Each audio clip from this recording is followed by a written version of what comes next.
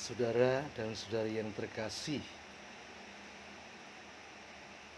saya akan mencoba untuk berefleksi sabda Allah pada hari ini. Sabda Allah dari Injil hari ini adalah Yesus yang dicari oleh saudara-saudaranya.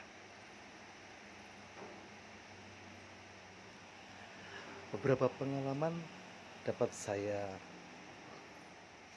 gunakan untuk pijaan refleksi kali ini. Pengalaman yang pertama, saya teringat waktu saya ditabiskan jadi imam. Lalu setelah itu saya mengadakan misa perdana di rumah. Begitu banyak yang datang. Tamunya kurang lebih 2.000-3.000 orang. Dan saya kaget ketika ada seorang cewek, seorang wanita yang mendekati saya. Saya lupa siapa dia, tapi dia mengaku bahwa dia teman SMP saya. Lalu dia mengatakan macam-macam, tapi saya sama sekali lupa dengan orang ini. Saya merasa belum pernah akrab dengan orang ini.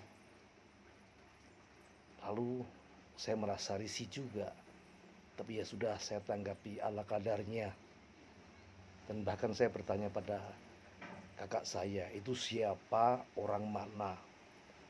Lalu kakak saya mengatakan, katanya dia temanmu SMP.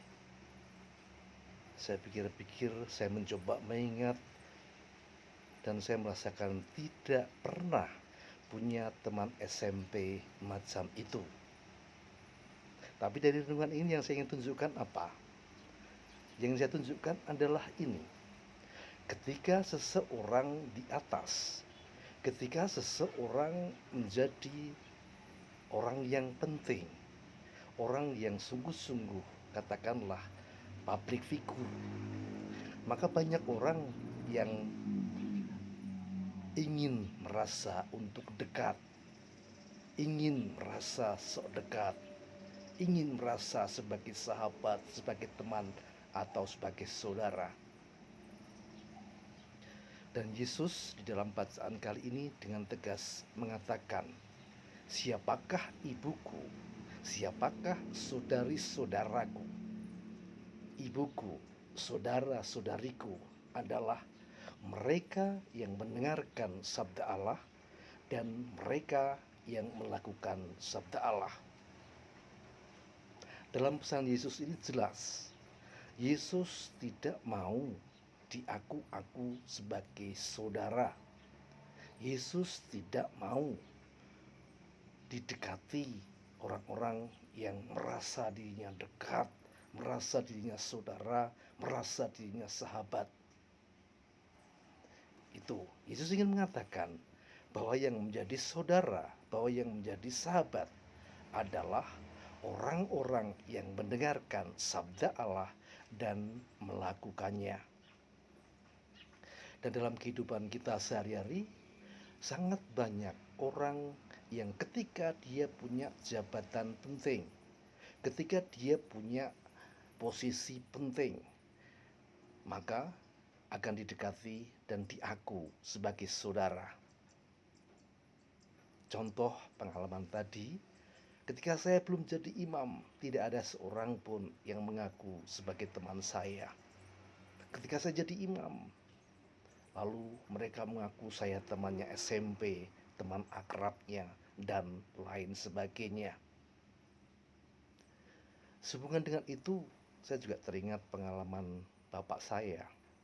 Bapak saya seorang pejabat di Kabupaten Magelang waktu tahun sekitar 70-an. Dan ketika bapak saya punya posisi yang cukup tinggi, karena bapak saya itu adalah kepala seksi kebudayaan, merangkap sebagai anggota DPR, dan waktu itu DPR itu sangat dihargai. DPR-nya sangat bermutu, lain dengan DPR-DPR zaman sekarang. Begitu banyak bapak saya setiap hari hampir menerima tamu banyak dengan macam-macam masalah dan kebanyakan minta tolong. Bahkan Orang-orang sekampung saya pun mengaku sebagai saudara kami, mengaku sebagai Om, Pak Le, Pak D, dan lain sebagainya. Itu ketika bapak saya punya jabatan, ketika bapak saya punya posisi. Tetapi waktu berikutnya ketika bapak saya pensiun tahun sekitar 83, 82, 83, orang sudah mulai menjauh. Sangat jarang orang yang datang ke rumah. Bahkan orang mulai menfitnah, orang mulai memojokkan dan lain sebagainya. Itulah fakta yang ada di dalam kehidupan ini. Jadi ketika orang di atas, ketika orang punya posisi, ketika orang punya jabatan, ketika orang bisa menentukan, ketika orang adalah orang terkenal, maka banyak orang yang sungguh-sungguh mengaku mendekat sebagai saudara, sebagai sahabat, sebagai teman, ataupun apapun namanya. Dan saya kira itu bukan hanya saat itu juga. Saat ini hal ini pun masih berlangsung. Saya sering melihat YouTube. Dan di dalam konten-konten YouTube ada juga yang macam-macam. Lalu salah satu konten ada yang mencoba mengerjai mengerjai orang-orang yang ingin menipu dengan orang lain, menipu orang lain. Entah itu lewat hadiah, entah itu lewat dapat undian dan lain sebagainya.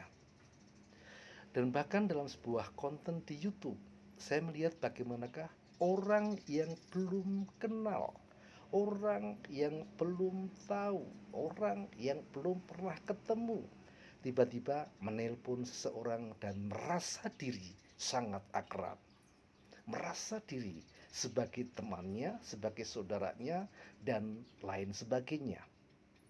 Ujung-ujungnya apa?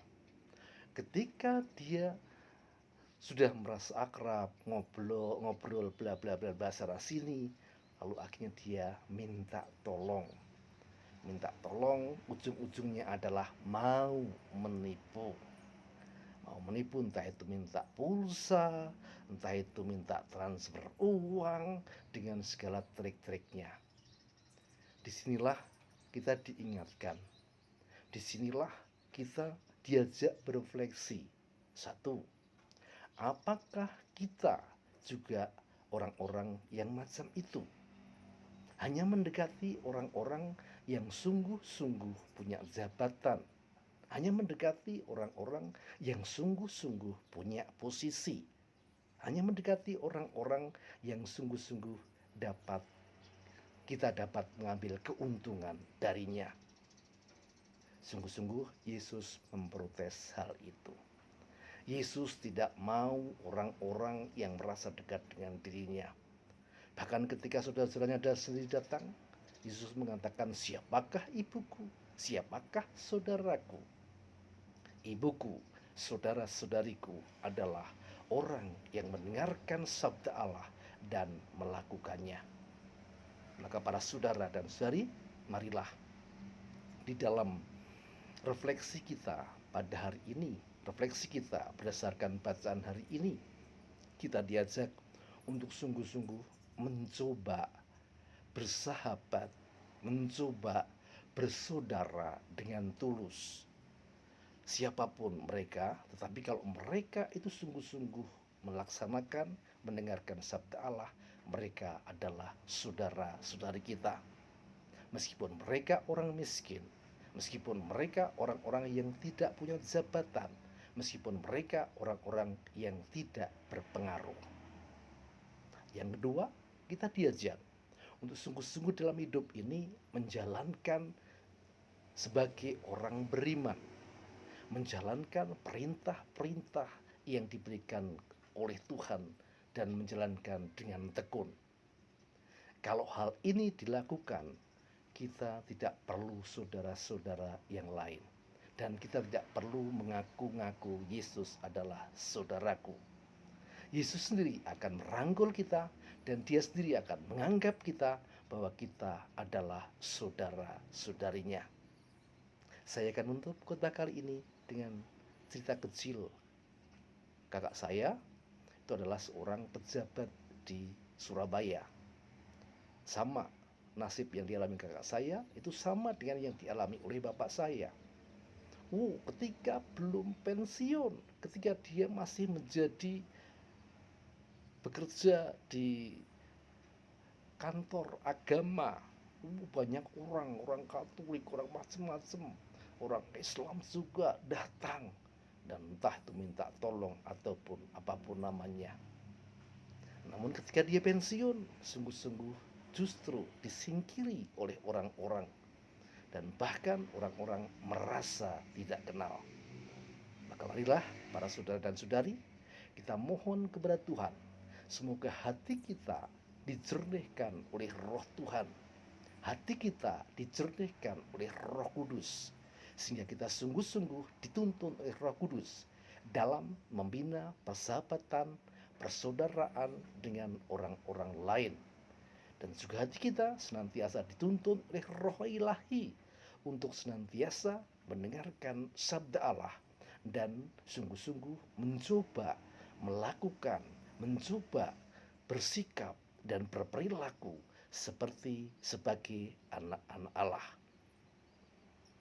Mari kita sama-sama saling mendoakan. Semoga kita menganggap orang-orang yang sungguh-sungguh menjalankan perintah Allah, yang sungguh-sungguh sebagai umat Allah, dan kita rangkul sebagai saudara-saudari kita. Dan semoga kita pun, hati kita pun menjadi semakin tulus di dalam mengabdi. Hati kita pun semakin tulus di dalam berkarya sebagai utusan-utusan Allah. Mari kita sama-sama saling mendoakan. Tuhan memberkati. Amin.